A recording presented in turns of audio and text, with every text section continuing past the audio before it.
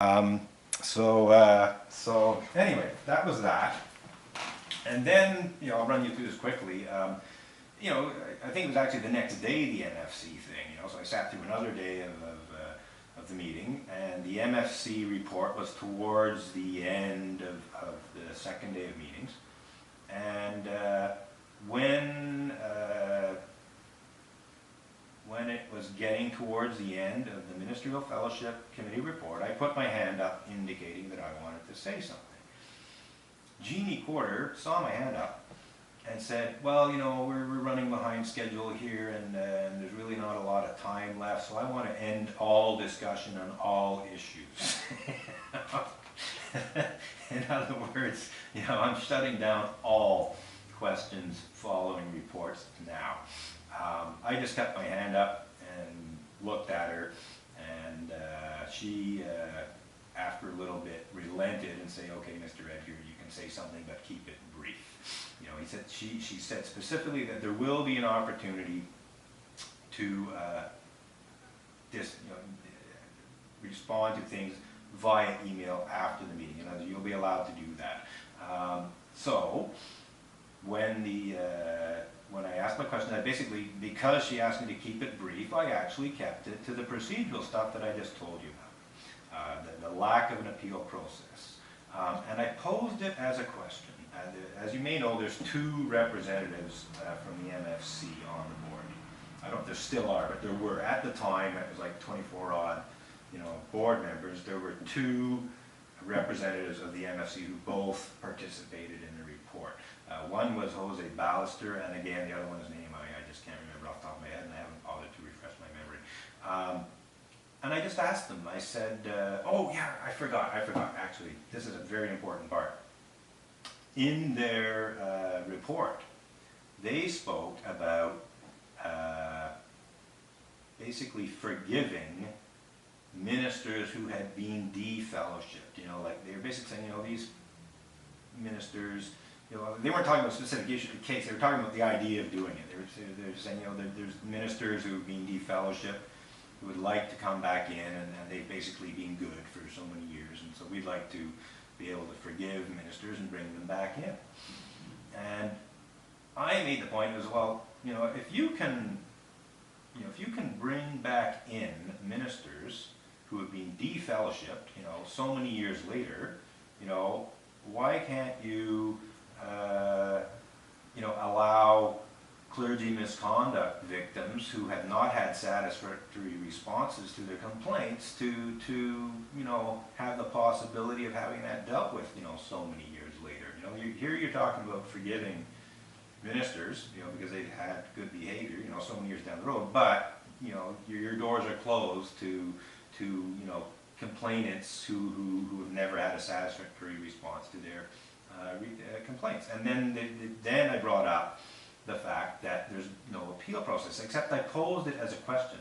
I didn't say there isn't one. I knew there wasn't, but I said, I'll pose it. And I just asked, I said to the MFC representatives, I asked them, I said there is an appeal process for ministers who are defellowshipped, they can appeal that. I said, is there an appeals process for clergy misconduct complainants who have not received a satisfactory response to their complaint? And they were basically hemming and hawing, and they weren't quite sure. They threw out the Board of Review as a possibility, like maybe the Board of Review. They also threw out maybe the Committee for Appraisal. But they literally didn't know that there was no appeal process, or they were just fishing around. I really don't know, but it was almost like they didn't know there was no appeals process. Anyway, what happened is, Kay Montgomery was there at the end of it, and she piped up, and she said in a very loud and emphatic terms, the answer to his question is no. You got that? Like a very no. I think I don't have to say too much more. I mean, I think you've had plenty of experience in conciliation and that, so I think you understand where she was coming from. Not only is there no appeals process, but there's not going to be one. That's how I interpreted her response. And it pretty well ended on that note. Now, I said, Jeannie, in terms of allowing me to speak briefly, said that there would be a possibility of follow-up. When I tried to follow up with emails, they were totally ignored. And in fact, the UUA, especially in terms of the Morales administration, has not so much as acknowledged receipt of my emails. They've received emails and they haven't even acknowledged receipt. They're just total silence. And if you go back to Sinkford himself, because I sent him some personal, he very briefly responded to me, basically said, I can't deal with this right now. And if you go back to Brearnsville, he lambasted me for this is in writing, this isn't a letter, which you can read because it's on the Emerson Avenger blog, but he just blasted me because I had gone to the step of sharing my concerns about what happened with Reverend Ray Drennan during sharing and concerns. Sharing joys and concerns. He said, that's not for that purpose, totally unacceptable, you should do that, blah, blah, blah. So I thought I was just exercising my right of conscience and using the democratic process in a congregation. But anyway, so that's a serious process issue, the whole lack of an appeals process. And that's why we're here today, is because I've never been able to appeal the decisions that were made, both of which I think were just obviously wrong and just stupid. I mean, you're a risk assessment guy. Honestly, if you want to assess the risk of what they're doing, I mean, I don't think you'll be very impressed. Anyway, we haven't.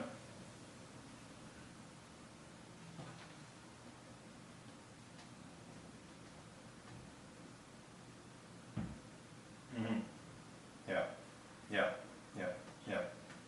Well, that's not the only one, but keep going. Yeah. Right.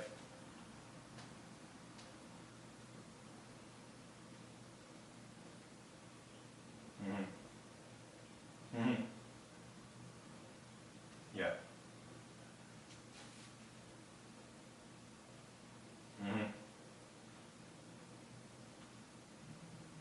Right.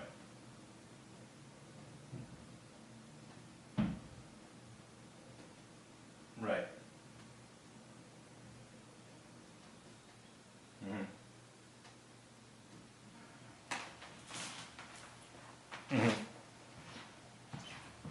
Right.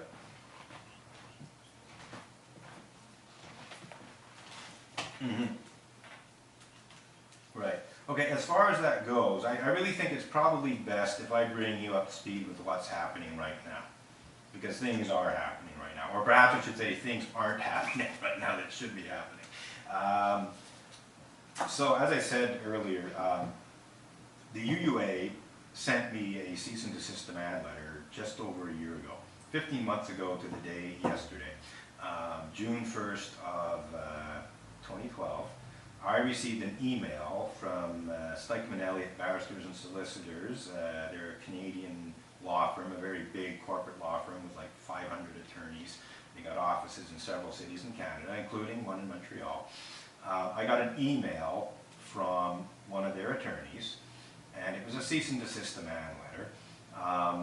It accused me of threatening and defamatory conduct amounting to sexual harassment of female Unitarian Universalist ministers, two specifically. And then on the second page, it accused me of the crime of blasphemous libel. The exact wording of the accusation, in terms of the most pertinent parts, was your unfounded and vicious allegations to the effect that ministers of the association engage in such despicable crimes as pedophilia and rape are defamatory. That was the exact word for word quote, and it basically went on to say it's defamatory, and then to the extent or to the amount that it amounts to it didn't say the crime of blasphemy, it just said blasphemous libel. I didn't know what blasphemous libel was. I never heard the term before. I mean, I know what blasphemy is, but I didn't know what blasphemous libel was, and I certainly didn't know that there was a blasphemous libel law in the Canadian Criminal Code. You know, he cited the exact, you know, so I went and researched that, and yeah, sure enough, there's a law, blasphemous, you know, it's a crime basically to deeply insult the most deeply held, you know, religious beliefs and practices of a religion. Now there's a whole pile of stuff to that, but the funny thing is, you know, on researching that law, I came to the conclusion that even if I was doing what he claimed I was doing, which I'm not, that it wouldn't amount to blasphemous libel. In other words, this is just total ludicrousness. Getting back to the whole unfounded and vicious allegations part, you know, they were saying that I'd made false allegations about Unitarian Universalist clergy engaging in, you know, specifically pedophilia and rape. Now, in fact, I had blogged about 2 cases where rape was involved.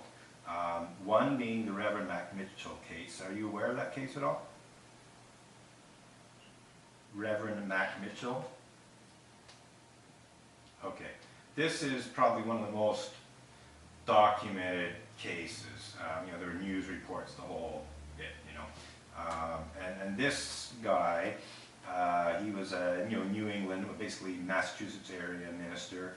He lured Tibetan refugees to his parish, promising them a better life in America. You know, he was going to take them under his wing and get them an education and so on and so forth.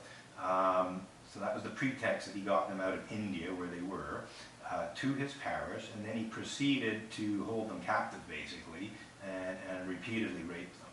And he was convicted. He went to jail. So, I'm sorry, but that allegation's not unfounded. You know, there's newspaper reports, so I don't know where the UUA was coming from, and they were trying to pretend that the blog posts concerning that were unfounded when they were obviously not. And then the second case that I spoke about was not even a minister. I should mention that the teenage Tibetan refugees that MAQ01772 was convicted of raping were teenagers, but they were in their later teens. They were 16-ish, you know. This actually went over a period of years, so you know, they were in their mid to late teens when this happened. They weren't preteen or anything. But the other case that I blogged about, because I had very good reason to blog about it, was a guy called Richard Buell. And he was not even a Unitarian Universalist minister, to the best of my knowledge. He was a layperson. And I blogged about it because I had very good reason to do so, because basically, and it's kind of funny because this sort of connects to the MAQ01772 case. Do you know of Reverend Dr. Victoria Weinstein, also known as Peace Bang? Yeah, she likes to give her beauty tips and so on. Well, she had her original Peace Bang blog, and this is going back to about 2006. And she basically did this blog post harshly criticizing the Roman Catholic Church for its, you know, clergy sex misconduct. And this arose out of the Mark Foley thing, where this, you know, representative in Congress, you know, basically said, well, the reason that he was, you know, having, you know, illicit sex with pages was because he had been fondled by a Catholic priest. You know, that this is, you know, yeah. So anyway, she just totally blasted the Roman, you know, she basically blamed Roman Catholicism for this. You know, what is it about Roman Catholicism that causes, you know, priests to you know, engage in such behavior, you know? And so, you know, she had a comment function there, so I commented and I said, well, you know, what about MAQ01772? You know, you're like blasting the Roman Catholic Church over a case of fondling. You know, not that there's worse involved, but meanwhile, you know, you've got rapists in the Unitarian Church. I don't see you saying anything about that kind of thing. She deleted all of my comments. I believe the blog post still exists with all of my deleted comments. At that time, she was blogging under total pseudonymity. In other words, it was not known to me or other people, you know, which Unitarian Universalist minister was blogging. Her name was not associated with her blog at that point in time. It was anonymous, basically. I had already had some... Peace Bang, that's her pseudonym. That's the name that she goes under. Yeah. Anyway, I know I'm sort of going into... But this all relates to what's going on now anyway. But she, as I said, deleted all of my comments and basically told me to go away. And as I said, there had actually been some previous, seriously over-the-top, conduct unbecoming a minister, if you want to use that term, on her blog, and I'd already had some issues with that. And I'd let that one go. And I'd also let go some personal insults directed at me that were even earlier. I just, I had wanted her to retract and apologize. She never did. She just deleted the blog post in which she insulted me. And I let a lot of stuff go, and I finally said, no, that's it. I'm going to find out who this minister is, and I'm going to criticize her by name. And there were some clues to her real name, and basically I had a first name, Victoria.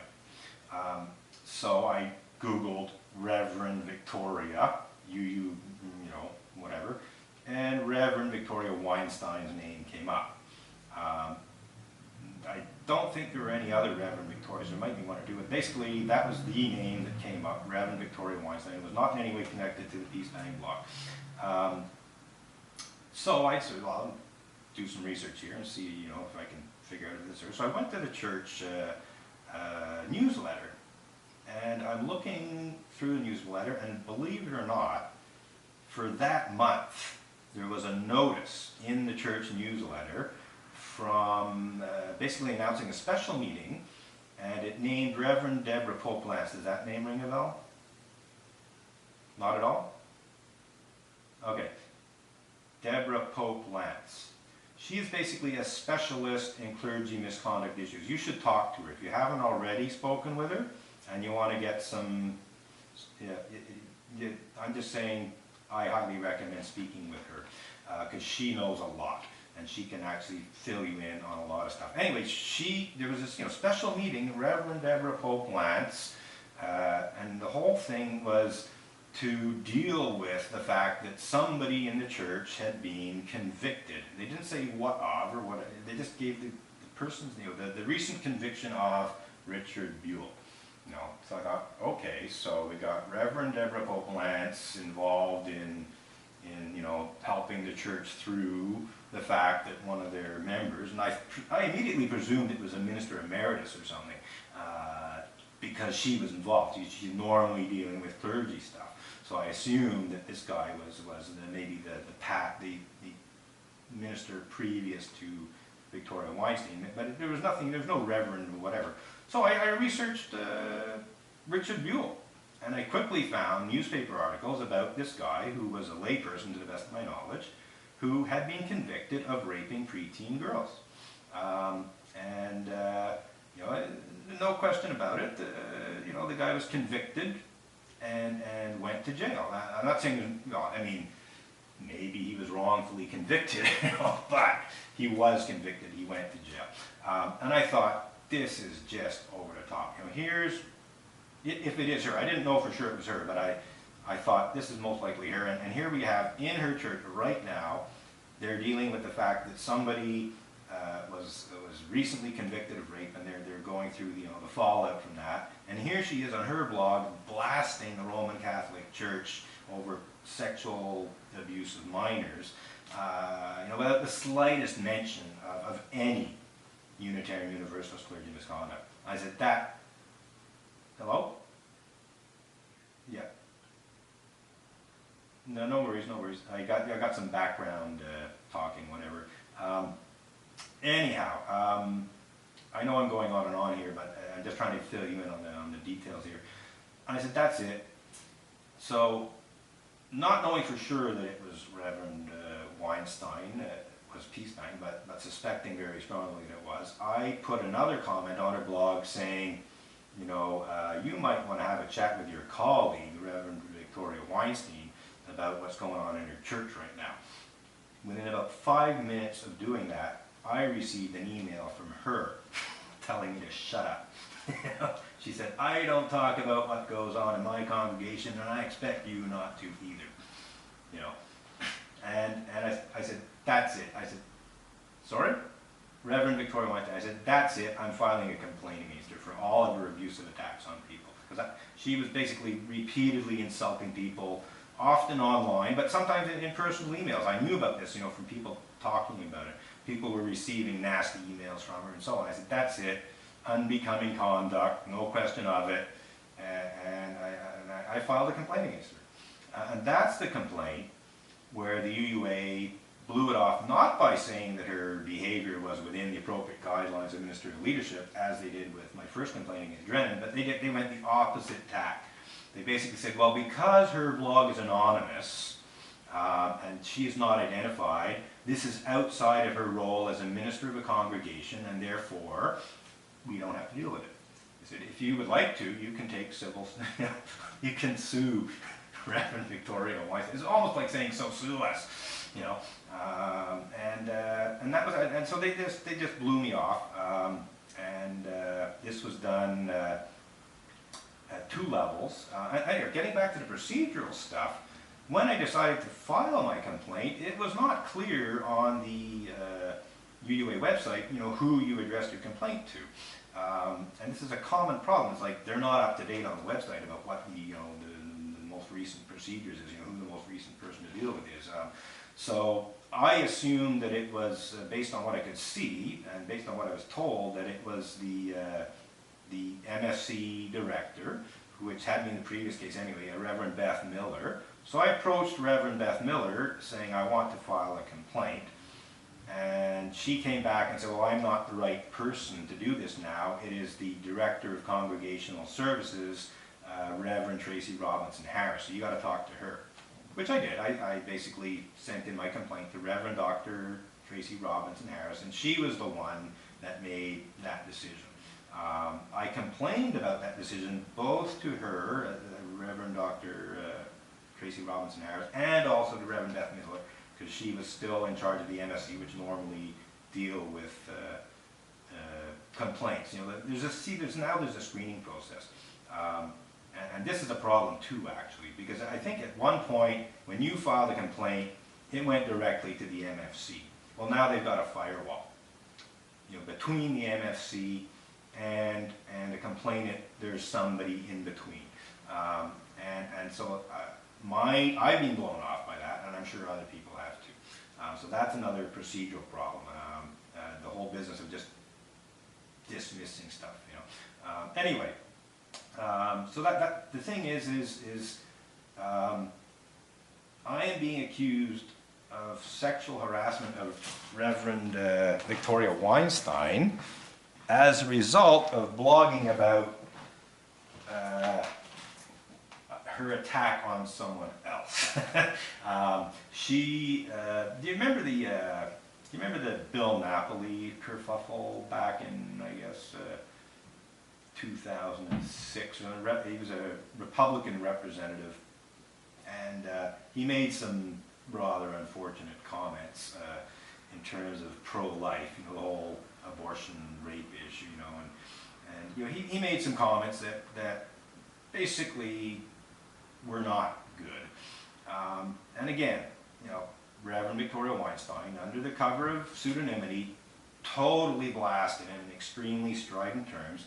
And she basically, one of the things she said is, here's my sodomy fantasy. South Dakota State Senator Reverend Bill Napoli anally impaled on the Statue of Liberty's torch.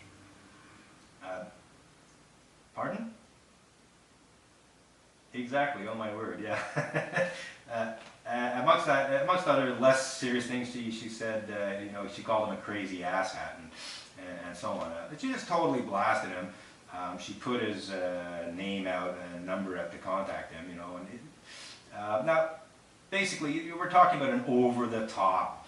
I didn't see this as a threat against the guy, but I saw it as conduct unbecoming a minister, and that was part of my complaint. Anyway, what I'm getting to is that, you know, this was part of my complaint, and now I am being accused by the UUA and by Reverend Victoria Weinstein, because she's party to this cease and desist demand letter, I'm accused of, as I said earlier, threatening and defamatory conduct amounting to sexual harassment of her because I blogged about her sodomy fantasy.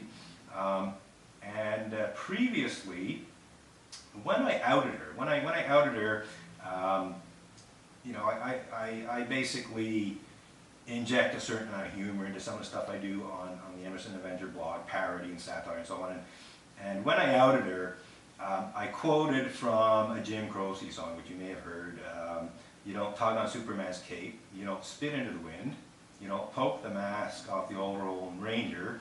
And the original lyrics, as you may recall, are, and you don't mess around with Jim. Except I changed it to, and you don't mess around with the Emerson Avenger. Well, guess what the threatening, guess what was quoted as the threatening behavior? Because I said you don't mess around with the Emerson Avenger. It's like, oh wow. So anyway, this is happening right now, in the sense that this letter was sent to me early June of last year. I got it by email first, and when I knew what was going on, I actually presented myself at the bailiff's office, you know, please give me this, you know, like, I want the paper copy of this. They didn't have to come find me. I went to their office and picked it up. And then I responded to the lawyer by saying, well, I'm not aware of any unfounded and vicious allegations to the effect, blah, blah, blah. Can you please show me where this is on the blog? He came back to me with another letter saying, you know, this is not exact words, this is just the gist of what he said. You know perfectly well where this stuff is, you go find it. You know, and of course the idea was I was supposed to delete all this stuff. Well, I can tell you I haven't deleted so much as a comma, because it's unfounded. And I made that point. You know, I basically sent this guy at least half a dozen emails. I sent emails down to Boston, and I made it very, very clear a year ago, more than a year ago, that you are going to withdraw these allegations, these accusations, and you're going to apologize to me for making them. Well, guess what? They didn't so much as acknowledge receipt of my emails. so, you know, here we are, you know, 15 months later, and as far as I'm concerned, if you don't take it back, you're still saying it. You know, so you're right at this minute, right now, while we're talking, not you personally, I'm talking about UUA, I'm talking about the Morales administration. You are accusing me of the crime of blasphemous libel on a completely false basis. And you're accusing me of sexual harassment of Reverend Dr. Victoria Weinstein because I blogged about her threatening and defamatory conduct amounting to sexual harassment of Senator Bill Napoli. You know, I mean, her sodomy fantasy, as it was worded, is actually far more reasonably described as a threatening and defamatory conduct amounting to sexual harassment than my "you don't mess around with me" thing. So I made that point to the lawyer, I made that point to the UUA administration, I made that point to the previous incarnation of the board. You know, they got emails from me too. Jeannie Quarter got it, and guess what? They just totally ignored everything, and I guess they hope it's going to go away. You're a risk management guy. Do you think it's going to just magically disappear? Exactly, yeah. Yeah, so that's what we're dealing with right now. And you will be hearing from me about that. And I'll be very nice about it. And I want to say one thing, actually. You know, I was talking to Annabelle the other day because I wanted to talk with her in some detail before talking to you, just to get a better idea of who you were and what what she felt about you and so on and so forth. And I made it clear to her that you already have several feathers in your cap with me, because you have basically very soon after becoming moderator actually lived up to what you said you would do in your general platform, and also in your specific response to the safety net petition. So you were doing what you said you would do, and I commend you for that. So right now, as you and me, we're doing just fine. But me and the Peter Morales, no, seriously, it's like, honestly, I have a very good feeling in terms of you know, you, in terms of what you said, and I have seen no evidence